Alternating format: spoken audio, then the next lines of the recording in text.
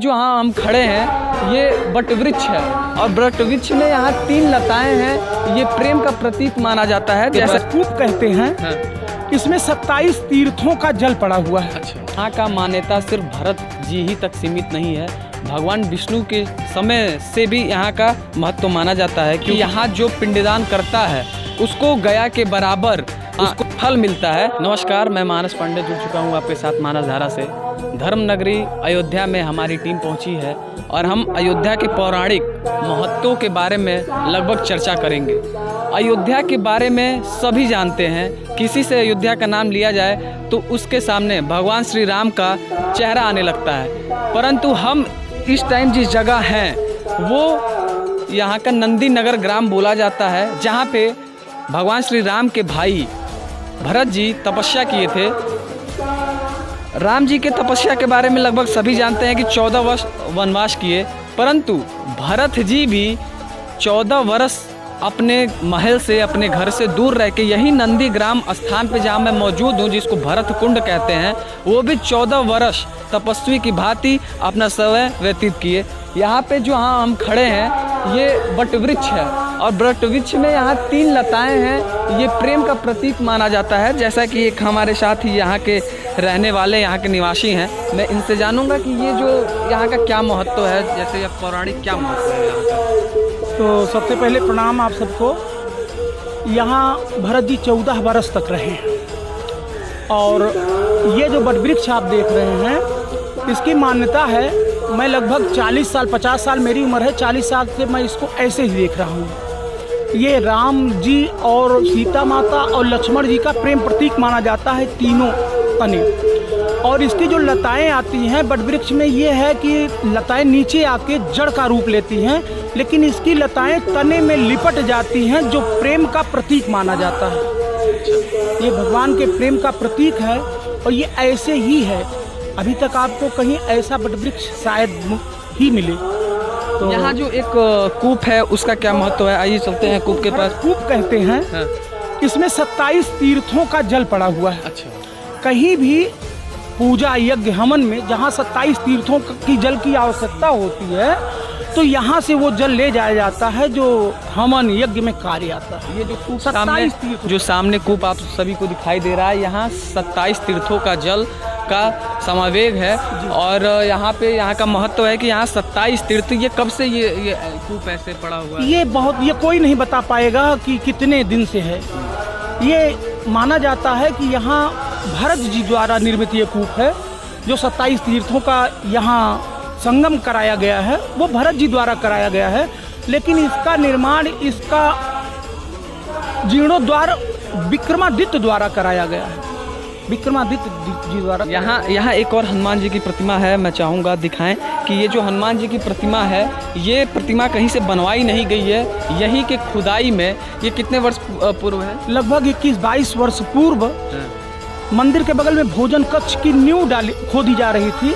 उस खुदाई में लगभग 8-10 फीट नीचे ये प्रतिमा मिली थी। उस प्रतिमा को यहाँ श्री रूपकला महाराज जी द्वारा स्थापित की गई है। नंदीग्राम की और क्या क्या विशेषताएं हैं, हम घूम के लगभग अयोध्या यात्रा पे निकले हुए हैं, तो घूम के आपको सब कुछ बताएंगे, दिखाएंगे कि और भी सारे यहाँ मंदिर हैं। यहाँ की मान्यताएं आप सभी जान के हैरान हो जाएंगे, क्योंकि हम सभी सिर्फ अयोध्या के बारे में जानते हैं, प्रभु श्री राम के बारे में जानते हैं, परंतु पौराणिक चीज़ों के बारे में जाने कि अयोध्या के सिवा और क्या क्या यहाँ के महत्व हैं, क्योंकि हम आते हैं और अयोध्या से वापस हो जाते हैं और ये सब चीज़ें नहीं जान पाते हैं, नहीं देख पाते हैं, क्योंकि इसके बारे में किसी को नॉलेज नहीं है। हमारी मानस धारा की टीम आपको घूम घूम के नंदीग्राम के बारे में बताएगी कि नंदीग्राम की भी क्या महत्व है। आइए हम दूसरे मंदिर पर चलते हैं और वहाँ की मान्यता के बारे में दिखाते हैं।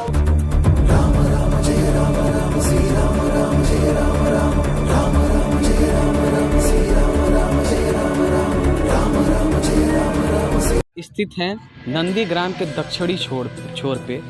यहाँ का मान्यता सिर्फ भरत जी ही तक सीमित नहीं है, भगवान विष्णु के समय से भी यहाँ का महत्व माना जाता है, क्योंकि हम जिस जगह पे हैं अभी, वहाँ पे एक विष्णु भगवान का पैर है, जो चरण पादुका है, जिसको गयासुर जो राक्षस था, जिसका वध करने के लिए एक पैर वो यहाँ रखे थे और दूसरा पैर गया में रखे थे। वही गयासुर ने वरदान मांगा था कि जो भी मोक्ष प्राप्त के लिए होगा वो गया में आके पिंडदान करेगा। और वही महत्व यहाँ का भी है कि यहाँ जो पिंडदान करता है उसको गया के बराबर उसको वहाँ फल मिलता है।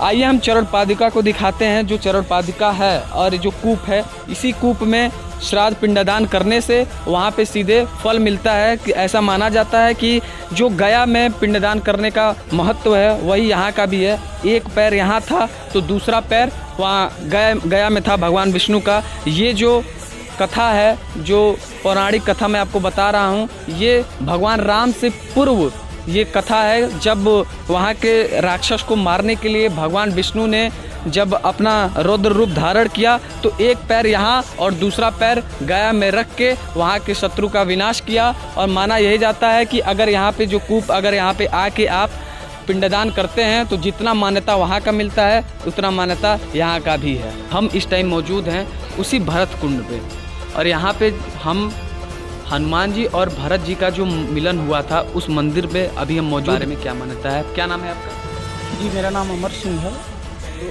अमर सिंह जी, आप ये बताइए कि यहाँ का जो मंदिर जो हम लोग यहाँ मौजूद हैं, यहाँ की क्या क्या मान्यताएं हैं, कैसे मान्यताएं? जी जय श्री राम।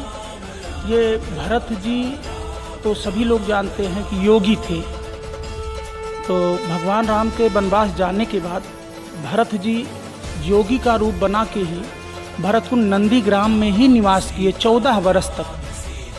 और सबसे पुराना मंदिर जो भरत गुफा के नाम से मशहूर है, जहाँ सीताराम संकीर्तन 4-5 साल से अनवरत चल रहा है।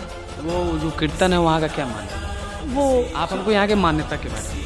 जी मान्यता, अब सीताराम जाप मंत्र है, मूल मंत्र है, भगवान जी का मूल मंत्र है। तो सीताराम जाप 14 वर्ष तक ये करने का संकल्प लिया गया है। अभी हम लोग मंदिर दर्शन कर रहे थे तो देखिए एक अखंड ज्योति थी जो प्रज्वलित हो रही थी, उसके क्या मान्यता है? वो अखंड ज्योति जब यहाँ महंत राजेंद्र दास जी थे, लगभग 11 वर्ष से वो अनवरत जल रही है, अनवरत जल रही है अखंड ज्योति। आज तक वो दीपक बुझ ही नहीं है। हाँ, और यहाँ जो भरत कुंड है, भरत कुंड की क्या क्या मान्यताएं हैं? जैसे भी मंदिर हम लोग दर्शन कर रहे थे तो देखा जगह जगह के तरह तरह की मान्यताएं थे। जी यहाँ पे एक 27 बोलते हैं, 27 तीर्थों का जल उसमें सम्मिलित है।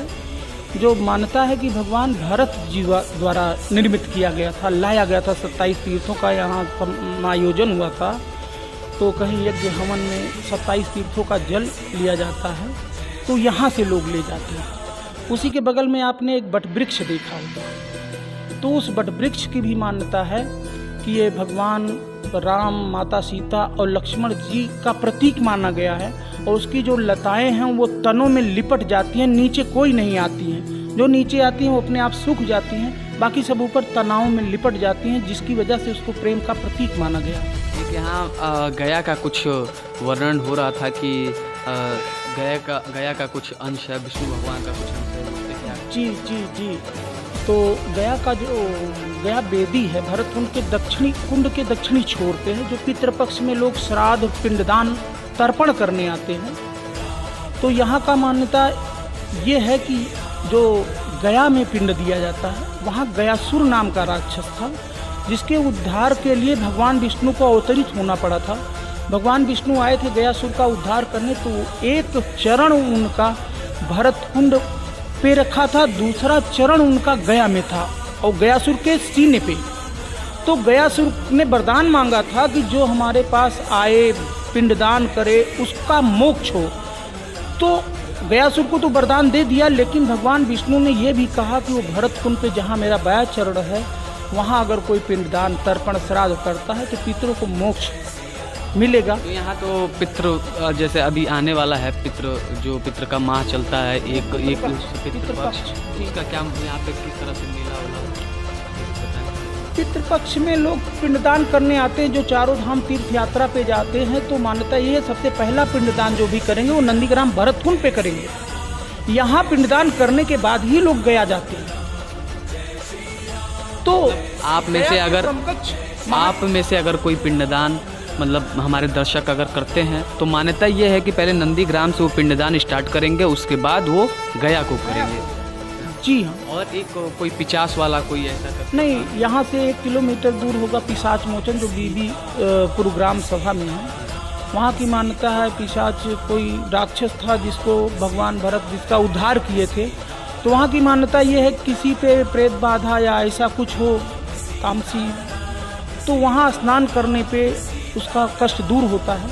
और साल भर में एक बार पिचासी नाम से यहाँ मेला भी पिशाच मोचन की वजह से यहाँ पिचासी का एक भव्य मेला लगता है और वो मेला 2-3 दिन चलता है। बहुत दूर दूर से लोग आते हैं उस मेले में। वहाँ भी नाम आता है तो वहाँ भरत जी का नाम लिए बिना कोई रह नहीं सकता है। तो भगवान भरत जहाँ 14 वर्ष तक व्यतीत किए हों वो जगह पुण्य है। हम लोगों का सौभाग्य है कि हम उनके क्षेत्र में रहे हैं और हमारे पूर्वज रहे। हम भी सूर्यवंश से ही हैं, भगवान राम भी सूर्यवंश थे। तो हम लोगों का जन्म बड़ा सफल हो गया है कि हम उनके क्षेत्र के निवासी हैं और उनकी शरण में हम लोग हैं। अयोध्या के लिए हम सभी आते हैं और अयोध्या दर्शन करते हैं, परंतु अयोध्या के बाद भी ऐसी ऐसी जगह हैं जो हमारे दर्शक नहीं जा पाते। हमारा मुख्य उद्देश्य है, वीडियो बनाने का मुख्य उद्देश्य है कि अगर हम धर्म की बात करते हैं, अगर हम प्रभु श्री राम की बात करते हैं तो हम भरत जी की भी बात करते हैं, परंतु हम आते हैं अयोध्या से ही वापस हो जाते हैं। अगर आप में से भी कोई अयोध्या आए तो नंदीग्राम जरूर आए। नंदीग्राम का भी तरह तरह का मान्यता है। और सबसे बड़ी बात कि अगर आप में से कोई भूत पिचास की बाधा से अगर लड़ रहा हो तो यहाँ आए। मान्यता जैसे बताया है, यहाँ के ग्रामीण स्थल के लोग बताए कि यहाँ का ये मान्यता है और वहाँ पे आके वहाँ से भूत बाधा से वो मुक्ति पा सकते हैं। गया पिंडदान के टाइम, पितृपक्ष का भी टाइम आने जा रहा है, यहाँ पे पिंडदान होता है। जगह जगह यहाँ पे तरह तरह की मान्यताएं हैं और आप में से अगर कोई आए तो नंदीग्राम जरूर आए। मेरे वीडियो बनाने का मुख्य उद्देश्य यही है कि आप सभी अयोध्या से वापस जो तीर्थ स्थल चले जाते हैं, पूरी जानकारी नहीं इकट्ठा कर पाते, हमारे वीडियो बनाने का मुख्य उद्देश्य यही है। बहुत बहुत धन्यवाद यहाँ के ग्रामीण वासियों का, यहाँ पे जो हमारी मदद किए सभी का मैं बहुत बहुत धन्यवाद देना चाहता हूँ। बने रहिए हमारे साथ और देखते रहिए मानसधारा।